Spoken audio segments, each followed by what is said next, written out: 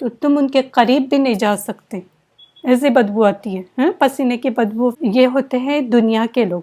تو دنیا کے زوج کتنے بھی اچھے ہو، بیوی ہو یا شوہر ہو، کبھی نہ کبھی ایک دوسرے کے درمیان ناراضگی ہوتی ہی ہوتی ہے، یا نفرتیں کس چیز سے ہوتی، کسی نہ کسی چیز سے، یا جھگڑے وغیرہ تو ہوتے ہی رہتے، وہ آپ سنتے ہوں گے، دیکھتے ہوں گے، کرتے بھی ہوں گے، ہاں تو یہ تو ہوتے ہی ہے۔ لیکن جنت میں یہ ساری منفی باتیں ازواج میں نہیں ہوں گی، اس طرح کی کوئی بھی نگیٹو بات نہیں ہوگی۔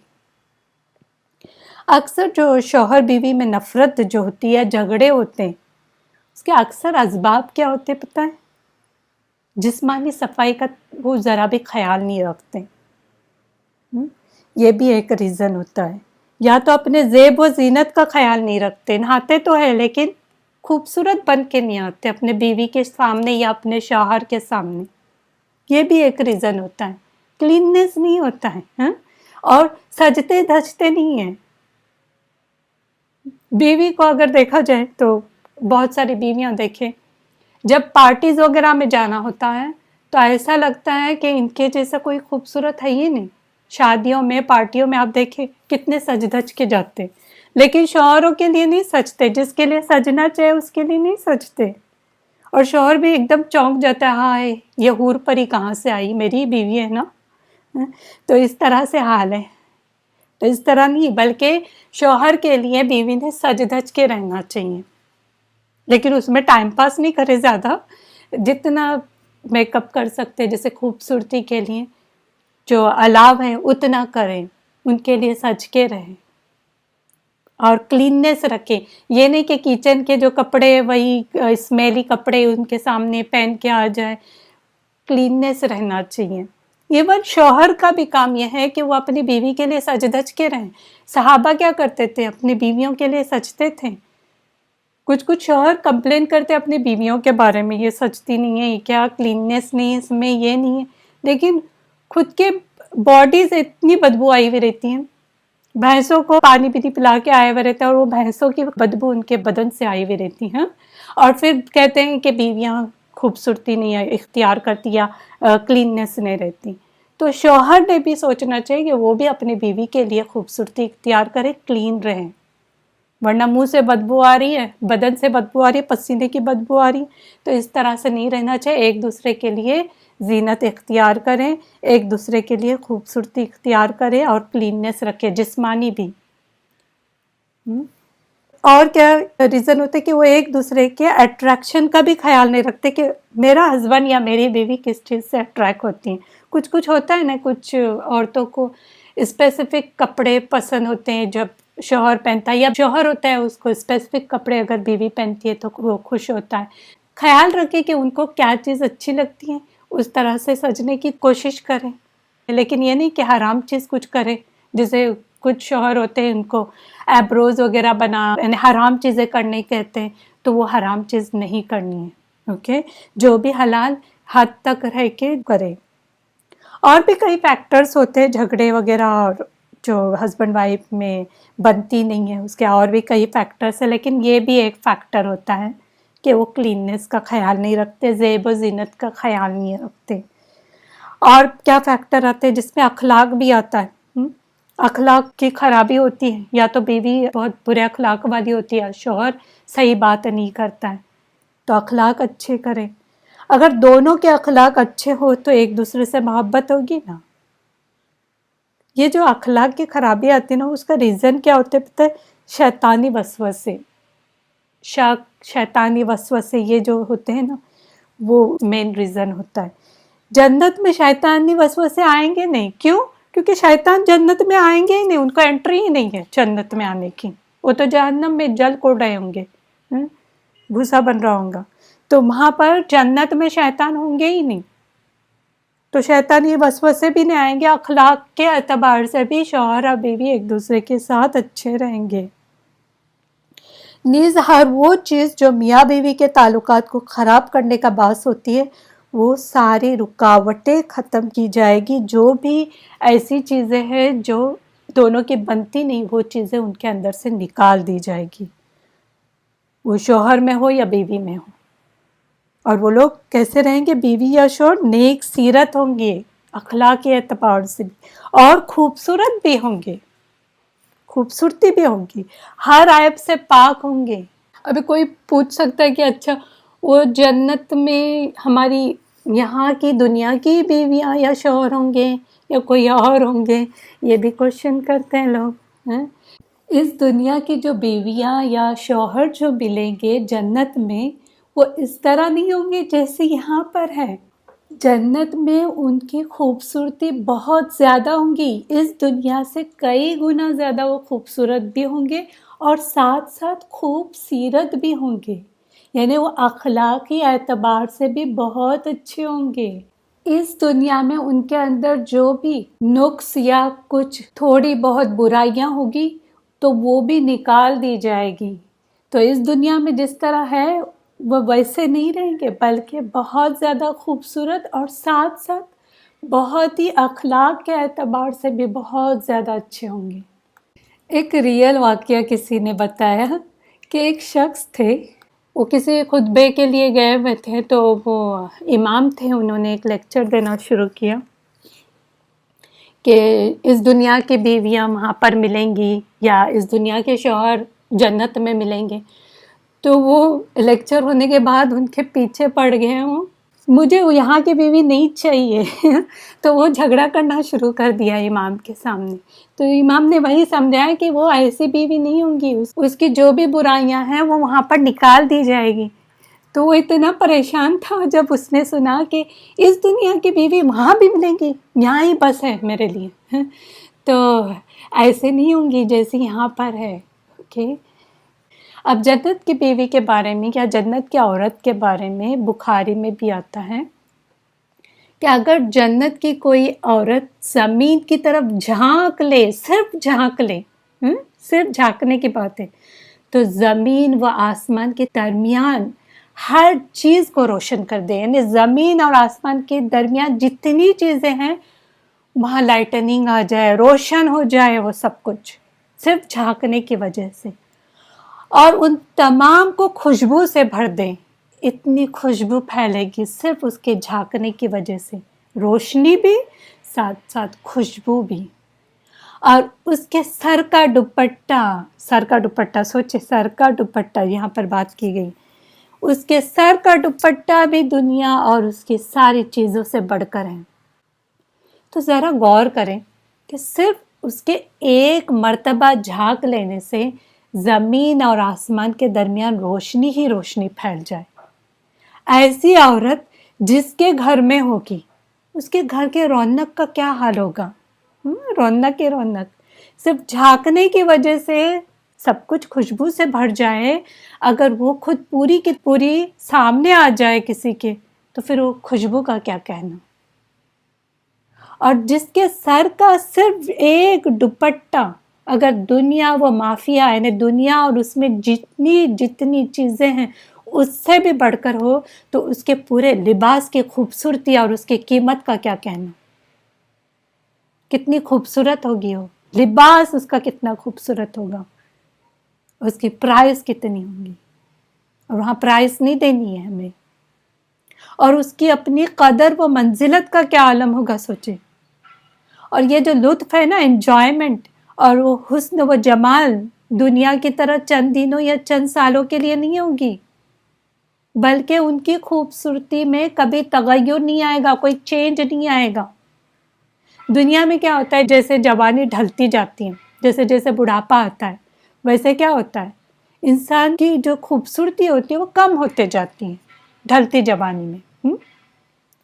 وہاں جوانی ہوگی وہ ڈھلے گی نہیں، جوان کے جوان رہیں گے۔ اور ایون ترمذی میں بھی آتا ہے، مرد ہو یا عورت ہو جنت کی، ان کی جو عمریں بتائی گئی ہیں وہ 33 سال 33 ایئرس بتائی گئی ہیں، اور وہ اتنی ہی رہے گی۔ 33 ایئرس میں کیا ہوتا ہے، وہ جوان جو میچورٹی بھی آتی ہے نا، ایک 33 ایئرس کا انسان دیکھیں، اس میں جو میچورٹی ہوگی وہ 20 یا 25 میں نہیں ہوگی، تو میچورٹی بھی ہوں گی اور خوبصورتی بھی ہوں گی۔ بخاری میں بھی آتا ہے، وہ جنت کی عورتیں ہوں یا مرد ہوں، ان کے بارے میں آتا ہے کہ نہ تو ان لوگوں کو پیشاب کی ضرورت ہوگی، نہ پاخانے کی یعنی ٹوائلٹس وغیرہ کی، نہ وہ تھوکیں گے، نہ ناک سے آلائشیں نکالیں گے یعنی ناک سے بھی کچھ آئے گا نہیں اسٹکی وغیرہ، اور نہ ہی تھوک آئے گی۔ ان کے کنگھے سونے کے ہوں گے یعنی کنگھیاں تک کوم جو ہوگی وہ بھی سونے کی ہوگی، اور ان کا پسینہ جو ہوگا وہ مشک کی طرح ہوگا یعنی اس میں سے خوشبو آئے گی، بدبو نہیں آئے گی۔ جیسے اس دنیا میں پسینہ آتا ہے تو کیا ہوتا ہے، بدبو آتی ہے، کبھی کبھی ایسے لوگوں کے سامنے بیٹھنے بھی دل نہیں ہوتا ہے، تو وہاں جو پسینہ آئے گا وہ مشک کی خوشبو ہوں گی اس میں۔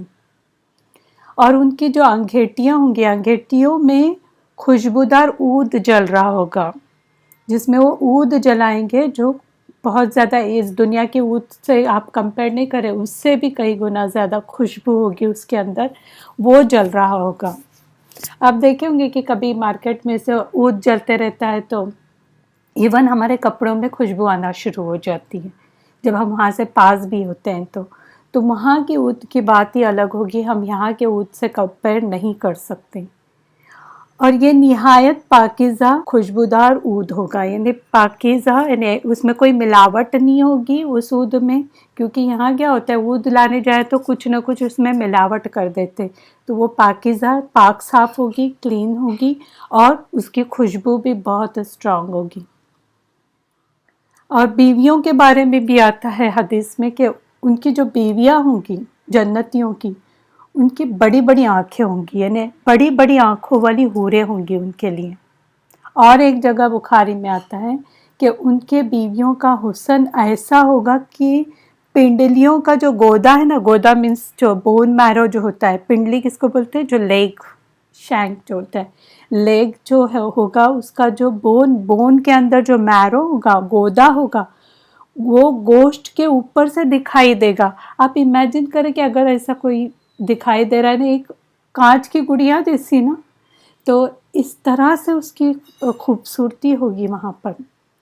نہ جنتیوں میں آپس میں کوئی اختلاف ہوگا، اور نہ بغض و عناد یعنی نفرتیں وغیرہ بھی نہیں ہوں گی۔